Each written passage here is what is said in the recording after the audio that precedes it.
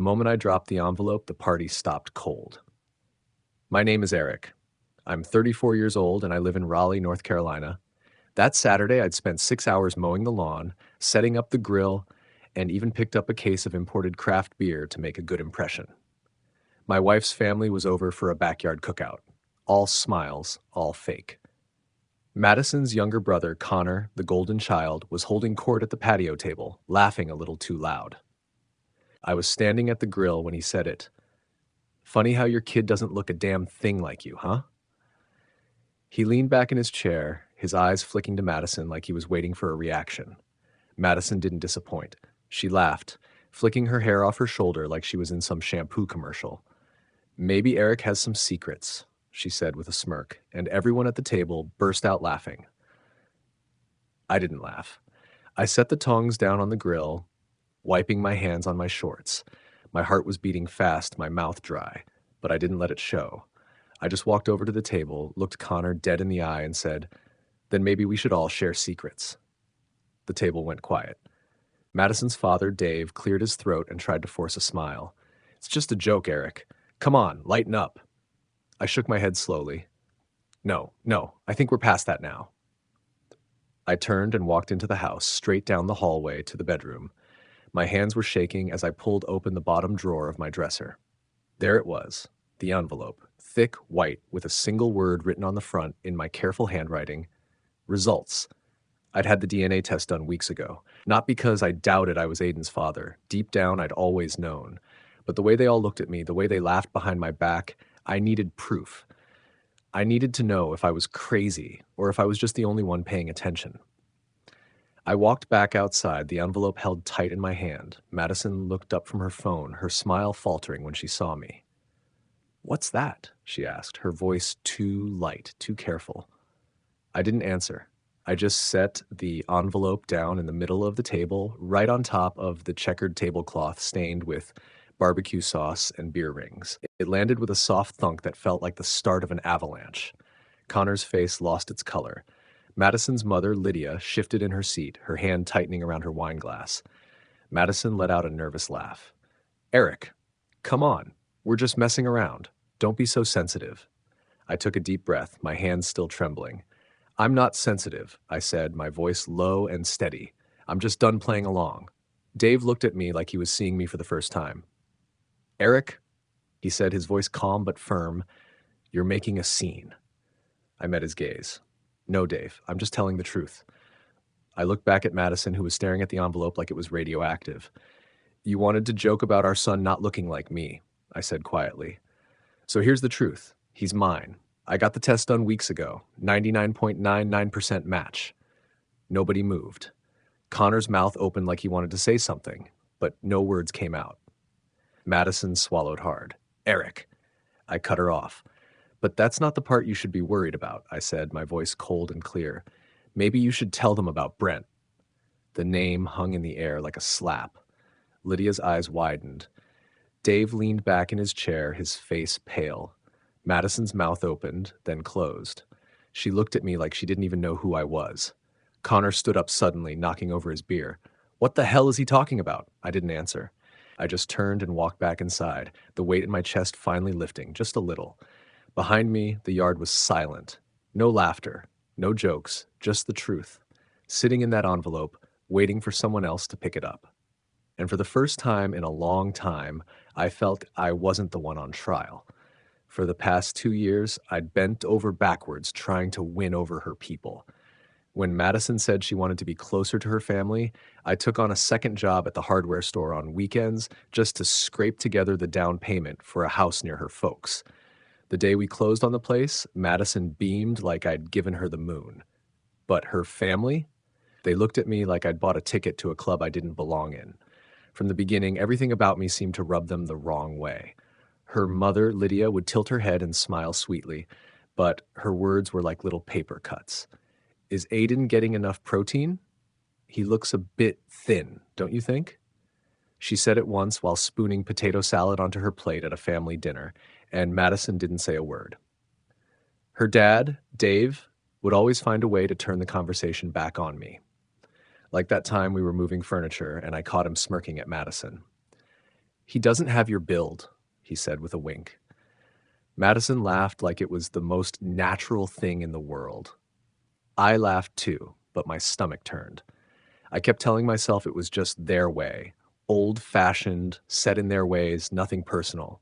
I thought maybe if I just worked a little harder, they'd see that I was good enough.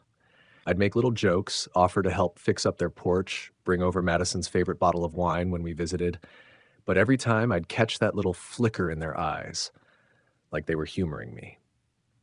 Even in my own home, I felt like I was on trial. The worst part was Madison. I thought she'd have my back, but whenever Lydia would say something snide or Dave would give me that smirk, Madison would just smile and change the subject. Like she didn't hear it, or worse, like she agreed. One night, about 6 months before that cookout, Madison and I were in the kitchen cleaning up after one of Lydia's endless Sunday dinners. I'd had a few beers and my frustration bubbled up. "Why don't you ever say something when they talk to me like that?" I asked her, my voice tight. She looked at me like I was being childish. "They're just being themselves," she said, rinsing a plate. "Don't be so sensitive, Eric." That phrase, "don't be so sensitive," stuck with me like a splinter. It played over and over in my head, even when I tried to let it go. Because deep down, I knew it wasn't just her family. It was Madison, too. She liked watching me squirm. She liked being the one who didn't have to take a side. I kept telling myself I was imagining it, that I was paranoid. But the feeling only got stronger. Every family dinner, every sideways glance, every forced laugh Madison gave when Connor or Lydia said something cutting, it all piled up like bricks on my shoulders. Then one night, I was alone in our bedroom scrolling through my phone, and I saw something that stopped me cold. A text from some guy named Brent. Madison had deleted it a second after it popped up, but I'd seen enough. Just a couple of words, "miss you." I didn't say anything right away. I wanted to believe it was nothing. But it was like a piece of a puzzle sliding into place. All those little jokes, all those digs about him not looking like me, it wasn't just family chatter. It was something she'd let fester, something she'd let grow.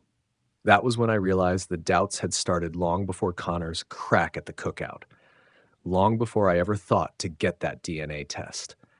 The truth was, I'd been the outsider in their perfect little world since day one. And Madison? She liked it that way. "He has green eyes? Odd," her cousin said at Easter, leaning back in her chair and tilting her head, a smile playing on her lips like she was talking about the weather instead of my kid. I was slicing up a ham at the kitchen island, and Madison just laughed. "Must get that from someone on your side," Lydia said, sipping her white wine with a look that was half innocent, half knowing. Nobody else said a word. I remember the way I forced a smile, pretending it didn't matter, but it stuck with me, deep down, like a splinter in my skin. Later that night, when we were driving home, I brought it up to Madison. "Does it bother you, all these little comments they make?" She shrugged like she didn't hear the edge in my voice. "They're just joking around," she said. "Don't be so sensitive." That phrase again, like a slap to the face. It wasn't just Easter. It was every holiday, every family gathering. They'd find a way to slip it in, little digs, little smiles, little ways of reminding me that in their minds, I didn't really belong. The worst part was that Madison never corrected them, never stood up for me. She'd just laugh along, sip her drink, and pretend it was all harmless fun. After a while, I started wondering if maybe she liked it, if maybe she liked the way it put me on edge, like it made her feel safer, knowing I was always the one chasing her approval. I told myself it was crazy, but the thought wouldn't go away. One night, about a month before the cookout, I was up late in our bedroom while Madison was in the shower. Her phone buzzed on the nightstand. A name I didn't recognize. Brent. My stomach twisted.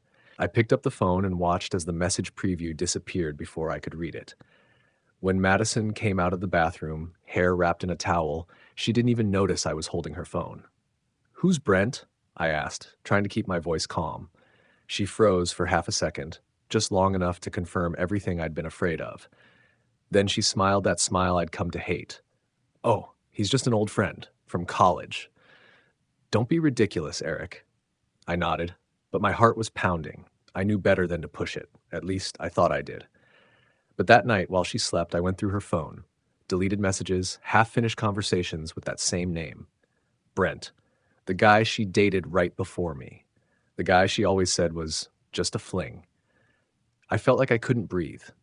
It wasn't just family teasing. It was an orchestrated effort to keep me off balance, to make me doubt everything. The next morning, she found me in the kitchen, staring out the window at the backyard. Aiden was playing with his trucks in the dirt, and all I could think was how I'd kill to protect him from this mess. Madison walked up behind me, slipped her arms around my waist. "Don't overthink things, Eric," she murmured against my back. "It's nothing." But it wasn't nothing. I knew it then.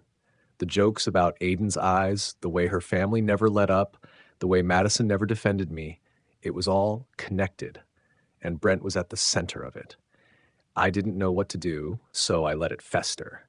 Let it eat at me while I smiled through every family dinner, every polite toast, every "we're just joking" moment, because I didn't want to believe that my wife, the mother of my son, could be playing me like this. But deep down, I knew the truth, and it was only a matter of time before it came out.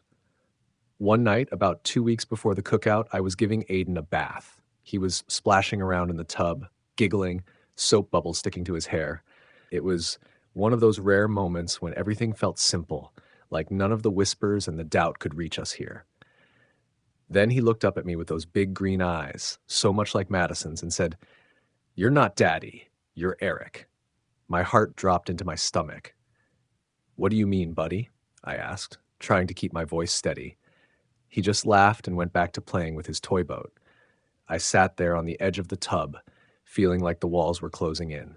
It was probably nothing, just the way kids talk sometimes, but it felt like a sign, like the universe was trying to tell me something I didn't want to hear.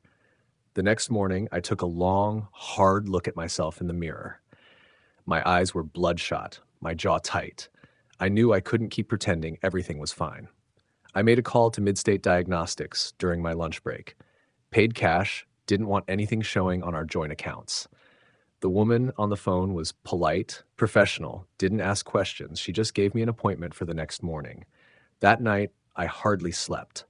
I kept thinking about all the little things, how Madison never corrected her family, how she never told me I was overthinking it, how she'd smile that smile whenever someone made a joke about Aiden. And then there was Brent, the name that kept popping up in my head like a warning bell I couldn't ignore. At the appointment, the nurse took the samples, Aiden's pacifier, a piece of my hair. My hands were shaking so bad I almost dropped the little Ziploc bag with Aiden's pacifier inside. "You okay?" she asked me gently. I nodded, but I wasn't. When I walked out of there, I felt like I'd done something irreversible, like I'd crossed a line I couldn't come back from. But it wasn't about exposing Madison. It wasn't about hurting anyone. I just needed to know if I was crazy. The next few days were torture.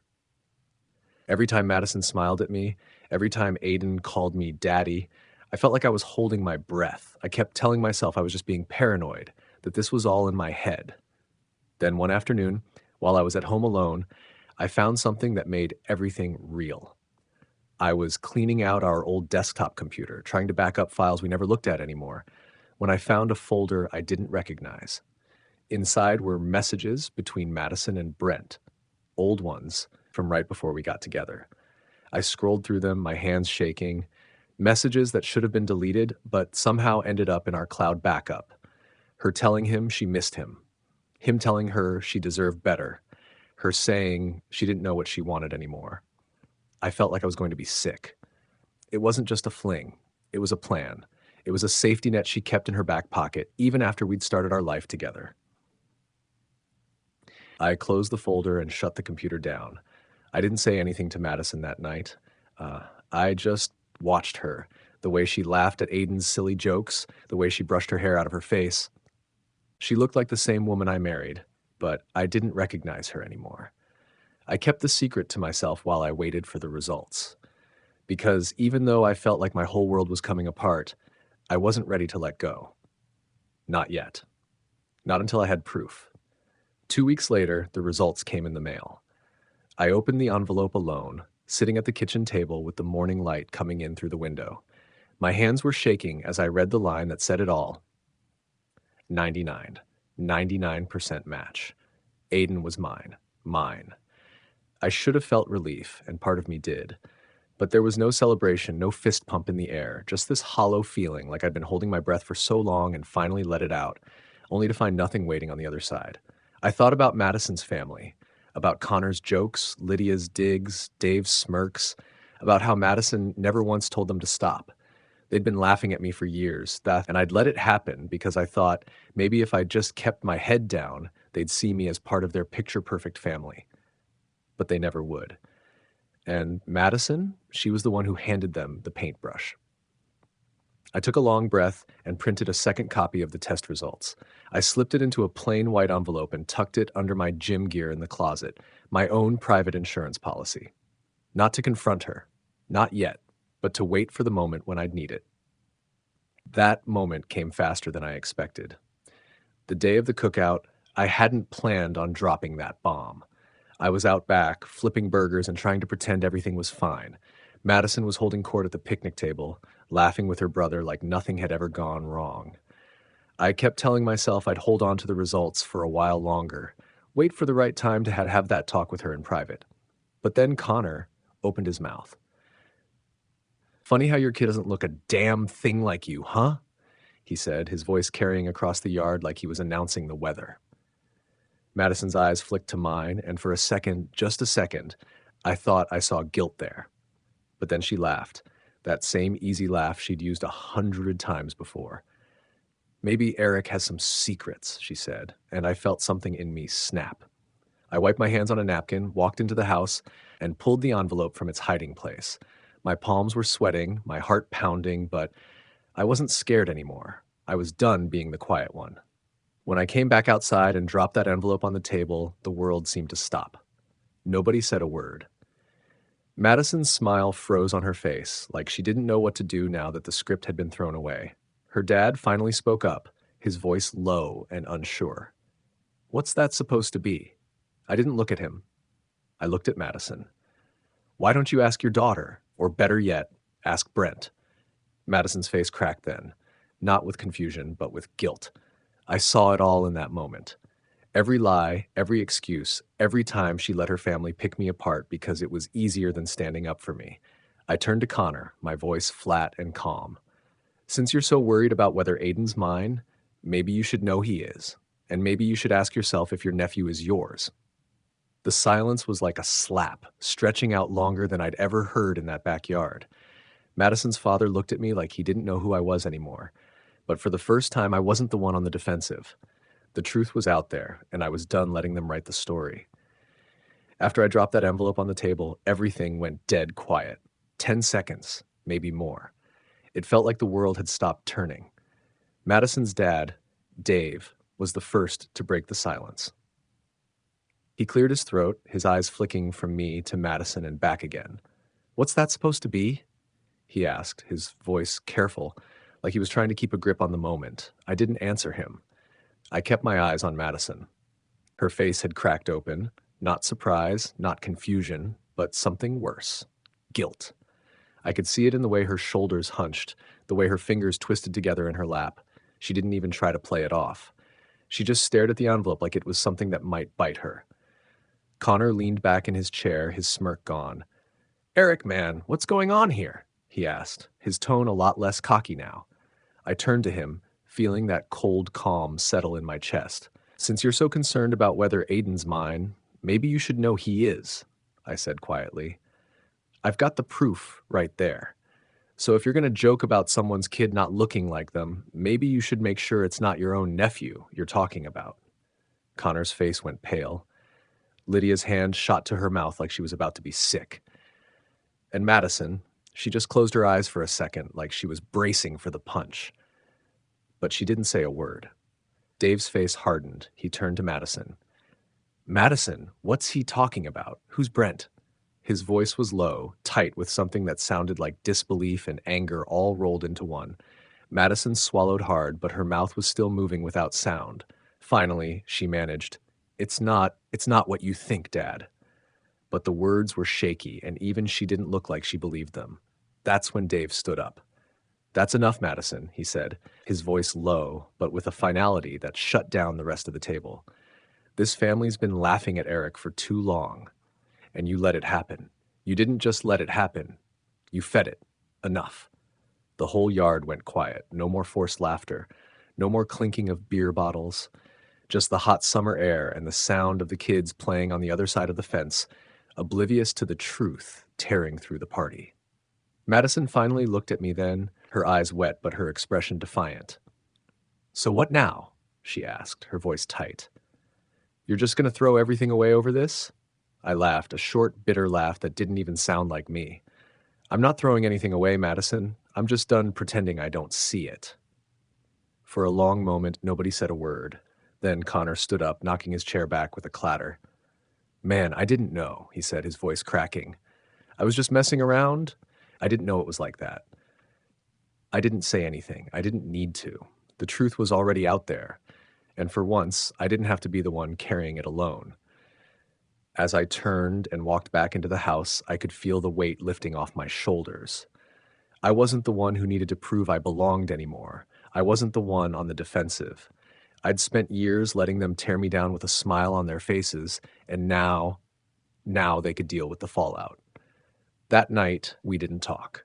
After everyone had left, Connor and Lydia with hurried excuses, Dave with a disappointed look in his eyes, Madison locked herself in the bathroom. I packed a bag and slept in my truck, the stale smell of sweat and motor oil feeling more honest than the perfumed air of our bedroom. In the morning, she was sitting at the kitchen table with a mug of cold coffee clutched in her hands. She didn't look at me, when I walked in. "So what? Now you're the victim?" she asked, her voice flat. I laughed, a cold, humorless laugh that sounded like someone else's. "No, I'm just the idiot who trusted you." She didn't say anything, just stared down at the coffee like she was waiting for it to give her an answer. "I want a separation," I said, my voice calm, even though my heart was pounding. She looked up at me then, her eyes wide and wet. "You're really going to walk away from all of this over a stupid DNA test?" I shook my head.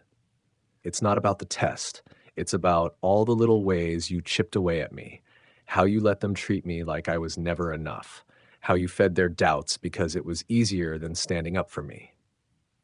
She blinked, and for a moment, I thought she was going to argue, to try to twist it around like she always did. But she didn't. She just whispered, "I'm sorry." The tears came fast, but so did my resolve. "I don't care," I said. "I've been played long enough." I went upstairs and started sorting through my clothes, packing what I'd need for a few nights. She followed me up, her footsteps light like she was scared to make any noise.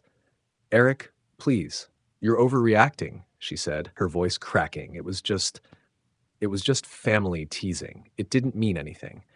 I zipped the bag shut and turned to face her. "No, Madison, it meant everything. Because you never once told them to stop. You never once stood up for me." She wiped at her face, smudging her mascara. "Where are you going to go?" "I'll figure it out," I said. "I'm not your problem anymore." I walked out of the bedroom, the house suddenly feeling smaller, emptier. On my way out, I stopped at the kitchen counter to grab my keys, and that's when I saw the notification on our shared bank app. A transfer. $3,700 to someone called Brent LLC. I felt like I'd been punched in the gut. "What the hell is this?" I asked, turning to her. She froze, her lips parting in shock. It's nothing," she stammered. $3,700 isn't nothing," I said, my voice cold and calm. "What did you send him, Madison?" She didn't answer, just looked down at the floor like a kid who'd been caught red-handed. "He needed help," she finally whispered. "He was struggling, and I just wanted to help him get back on his feet." I felt the rage boiling in my chest. "So you were sending money to your ex behind my back," I said quietly, "while your family was treating me like I was nothing, while I was breaking my back to make this life for us." She flinched, but I didn't care. I was done being the one who got walked all over. I grabbed my bag and walked out, the door slamming shut behind me. The last thing I heard was her muffled sobs echoing through the house. In the driveway, I stopped and looked back at the house. Our house, the one I'd worked 2 jobs to buy. The one I'd thought would make me part of her family. I realized then that I'd never really belonged there. And for the first time in years, I was okay with that. Aiden stayed with me 3 nights a week. The first few times he slept over in my new place, a tiny apartment over a coffee shop downtown, he clung to me like he was scared I'd vanish in the middle of the night. I didn't blame him. I felt the same way. Those early days were a blur of early mornings and burnt waffles. I'd wake up to the sound of his giggles as he crawled into my bed at 6 in the morning, his little body warm and trusting against mine. I was exhausted, but I'd never felt more alive. The apartment was small, but it felt like home in a way the house with Madison never did. No judging eyes, no icy silences, just me and Aiden and the sound of the coffee shop's clinking cups below us. My lawyer drafted the joint custody papers. I made sure Aiden was taken care of, but I didn't let Madison off the hook for child support either. For once, I wasn't trying to prove anything to anyone. I was just being Aiden's dad. A few weeks later, I sold my share of Madison's family's landscaping business, the one I'd worked my ass off for while they treated me like I was an outsider. I took the cash and invested it in something of my own, a small landscaping company with 3 guys I knew from high school. Hard work, but honest work. Work that didn't require me to beg anyone for respect. At daycare drop-offs, I stopped introducing myself as Madison's husband. Now I was just Aiden's dad. That was enough for me. One Friday afternoon, I ran into Madison at the grocery store. She was standing in the produce aisle, reaching for a bunch of kale like nothing had changed. When she looked up and saw me, her eyes went wide. But she didn't say a word. She just looked right through me like I was a stranger. Aiden spotted her first. He was in the shopping cart, gripping a box of fruit snacks in his chubby little hands. "Mama!" he shouted, his face lighting up. Madison turned to him with a small smile, but her eyes flicked back to me, and something in her expression hardened. She walked over, but Aiden didn't reach for her. He reached for me. I saw the flicker of pain in her eyes, but I didn't feel sorry. Not anymore. Later that night, Aiden fell asleep in my lap while I read to him from an old Dr. Seuss book. His little head was heavy on my chest, his breath soft and even. I looked down at him and thought about all the times Madison's family said he didn't look like me. All the times they tried to make me doubt my place. None of that mattered anymore. Because the way Aiden clung to me when he was scared, the way he looked at me like I was his whole world, that was the only proof I needed. Life didn't get simpler. Bills still piled up. My landscaping company was a lot of work, more than I'd expected. But every time I felt like I was drowning, I'd think about Aiden's green eyes looking up at me, trusting me, loving me, and I'd remember why I was doing it. For the first time in years, I wasn't trying to prove anything. I was just living my life. And it was enough. 6 months later, Madison called me. She said she wanted to have a family discussion at her parents' place.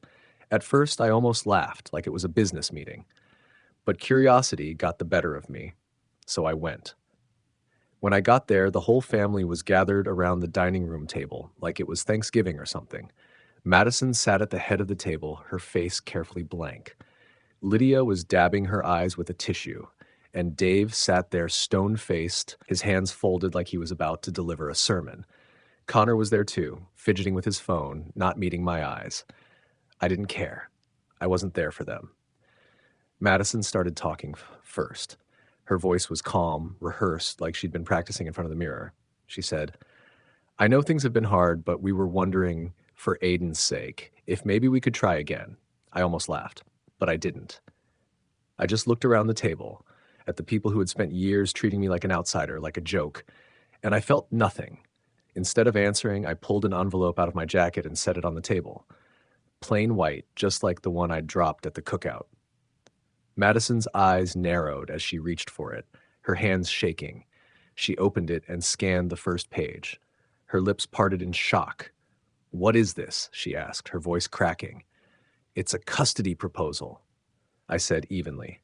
"Joint custody for Aiden, clear terms for support, and a buyout for your half of the house. I've already signed it." Lydia let out a soft sob. "Eric, honey, can't we just—" "No," I said, my voice quiet but firm. "You wanted answers in front of everyone. So here it is. I'm done. I don't want to keep fighting. I just want what's fair for Aiden."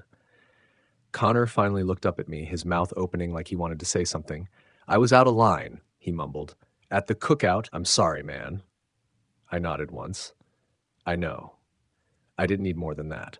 For the first time in years, I was standing in that house and I wasn't the one apologizing. Madison's face was pale, her fingers white-knuckling the edge of the paper. "So this is it?" she asked, her voice barely above a whisper. I took a deep breath, feeling lighter than I had in years. Yeah, this is it. I stood up, feeling their eyes on me as I walked out the door. The sun was bright outside, by the air cool against my face. And as I stepped off that porch, I realized something. I didn't owe them anything anymore. Not my time, not my money, not my silence. I'd come full circle, just like at the cookout. Only this time there was no laughter, no fake smiles, no doubt in my mind. This was my closure. My life on my terms. On Aiden's third birthday, I threw a small party in my backyard. No drama. No guilt trips, just me, my sister Jenny and her kids, a couple of buddies from the landscaping crew, and Aiden, the real star of the day. We didn't have fancy catering or a bouncy castle, just hot dogs on the grill, a bubble machine from the dollar store, and Aiden running around in a paper crown I'd let him pick out himself. The look on his face when he saw the cake, a simple chocolate one with toy trucks on top, was worth every second of the last few years of pain. As the candles flickered, Aiden climbed onto my lap, his arms wrapped tight around my neck. "Best day ever, Daddy," he whispered, his voice muffled against my shoulder. I swallowed the lump in my throat. "Yeah, buddy," I said softly, pressing a kiss to his hair. "Best day ever." I looked around the yard. My yard now. My life. My rules. Jenny was helping her youngest with a juice box, the guys were joking around by the grill, and nobody was looking at me like I didn't belong. For the first time in years, I wasn't trying to prove anything to anyone. Not to Madison. Not to her family. Just to myself. And to Aiden. Later, when the cake was cut and Aiden was sticky with frosting, I carried him inside and gave him a bath. He splashed and laughed, water going everywhere, and I didn't care about the mess. When he was done, I wrapped him in a towel and held him close. He looked up at me with those big green eyes, the same ones Madison's family used to say didn't match mine, and all I saw was my son, my family. The real win wasn't showing them all that they were wrong. It wasn't the DNA test or the custody papers. It was this. Aiden clinging to me, safe and loved, because I never stopped showing up. I saw Madison once more, a few weeks later, at the grocery store. She walked right past me like I was invisible, but Aiden didn't. He spotted me in the bread aisle and ran straight into my arms, giggling as I swung him up. She saw it, and I saw the look in her eyes, the one that said she knew she'd lost something she'd never get back. And in that moment, I realized I didn't need to prove I was Aiden's dad. I'd always been his dad. The test just confirmed what I already knew. So I let Madison walk on by. Let her keep her perfect little world of half-truths and polite smiles. I didn't need it. I had everything I needed in that boy's laughter, in the quiet moments at bedtime, in the way he called me daddy without hesitation. Life wasn't perfect. It never would be. But it was real. And it was mine.